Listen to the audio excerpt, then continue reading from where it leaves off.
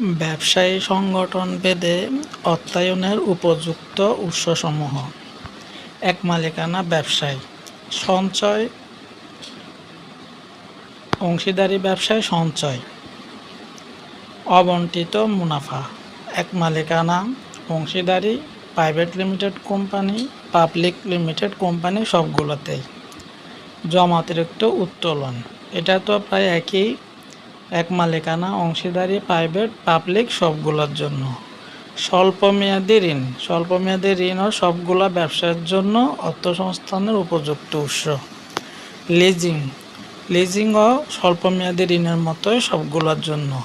দীর্ঘমেয়াদী ঋণ কিংবা বন্ধক হচ্ছে প্রাইভেট লিমিটেড আর পাবলিক লিমিটেড কোম্পানির জন্য প্রযোজ্য।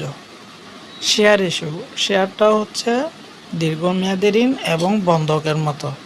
সেক্ষেত্রে প্রাইভেট লিমিটেড কোম্পানি আর পাবলিক লিমিটেড কোম্পানি এই দুইটার জন্য উপযুক্ত।